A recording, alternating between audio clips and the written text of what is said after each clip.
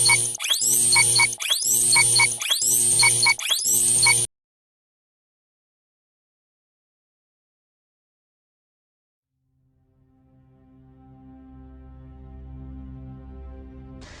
everyone, my name is Pan Xiaoyu. Today I talk about music education in Malaysia.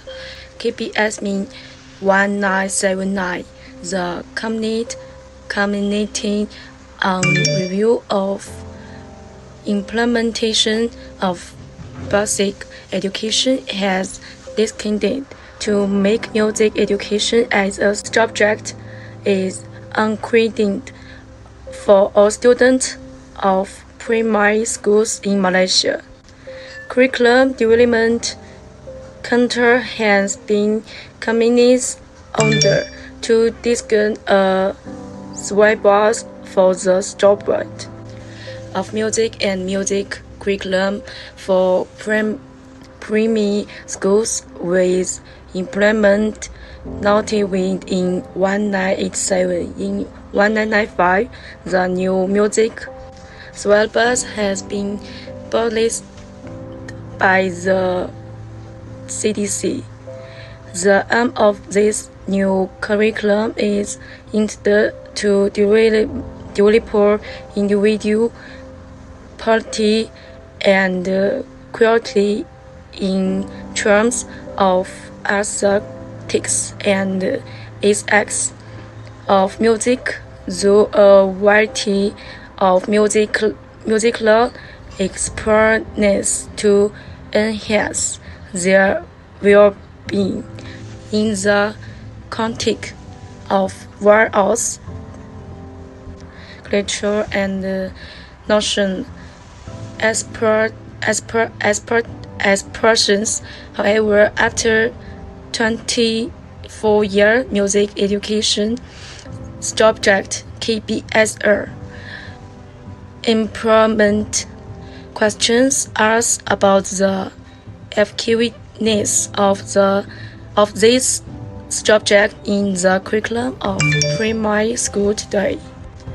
The main problem situation faced by most daily music teacher is a process that the implementation of music education in secondary schools are not implemented as planned under the agreed curriculum for secondary school KPSM info. Music education should indeed be implemented in school. This is because music education and just are thinking primarily for students.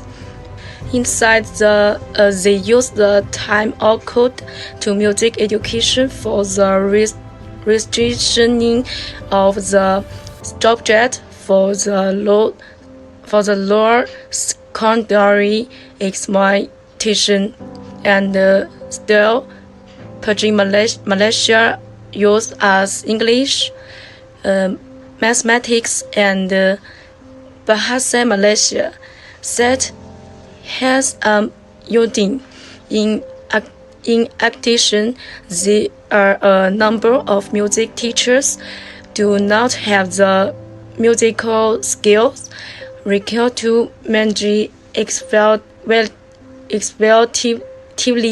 the subject of music education in the school.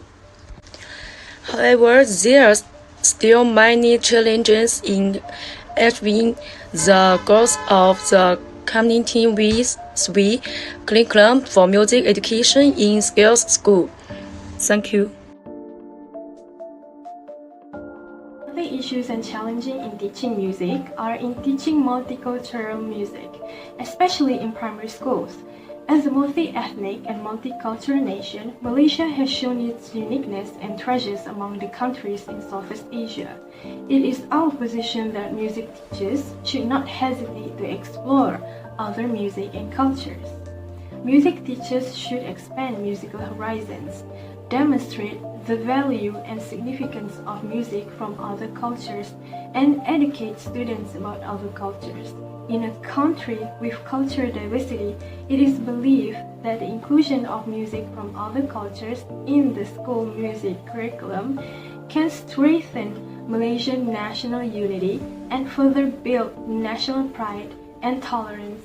Most of the teachers expressed that multicultural music education should not be an event that emerged at one particular point in the teacher training programs, but instead it should be included from the start to the finish. Teachers reported that they lack knowledge and responsiveness to the ways that music is situated in culture. This idea also extends to the way in which music teachers present multicultural music education in music classes. In addition, some teachers believe that it is important for multicultural music education to extend beyond music and to also address culture. It is stated that it builds an awareness of self-identity and self-esteem by knowing where one comes from and what one can offer by sharing a diversity of music, language, and culture that is not confined to local music. Multicultural music education will also help primary school students value a wide spectrum of cultures and celebrate the diversity of music.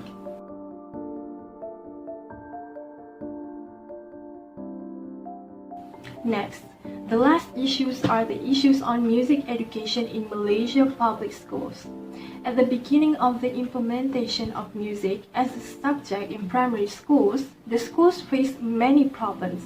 This included there not being enough qualified music teachers, the lack of proper music rooms in schools, and shortage of musical instruments and materials. In order to overcome these problems, headmasters selected a few teachers in the school who had a sense of music to teach music in his or her school. These chosen instant music teachers were given short courses on how to teach music at the primary school.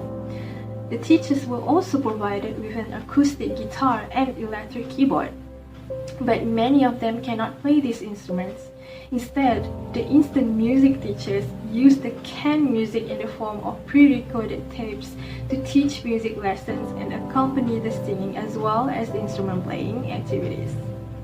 At this stage, beside Western music and notation, the students were also introduced to some of the Malaysian folk song and traditional beats such as Inang, Zapin, and Masri.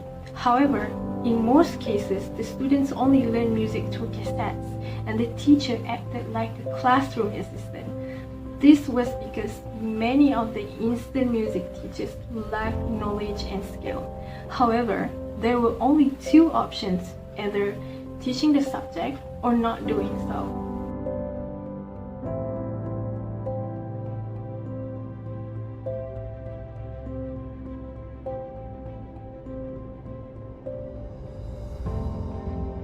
The Malaysian education system, being exam-oriented, puts pressure on schools to achieve higher levels in every examination, especially the ones set by the Ministry of Education.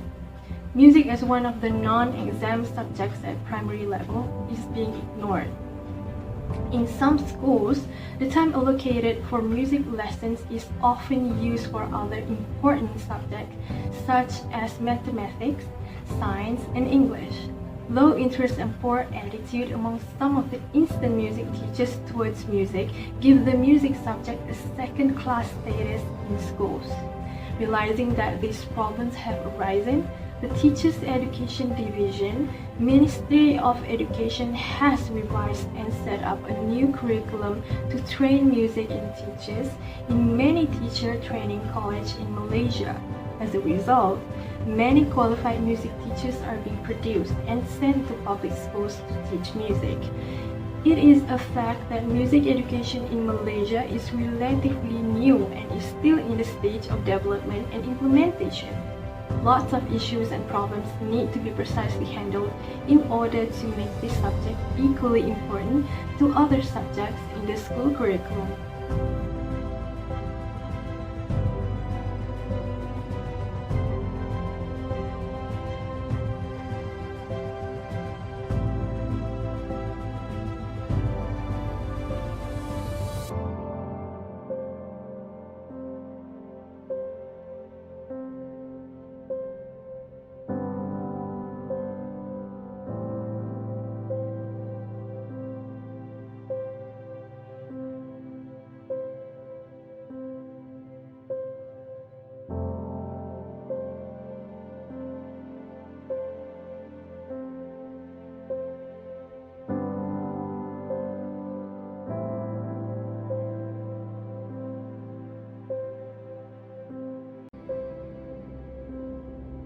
the most extraordinary power to change lives with music and to involve people in music.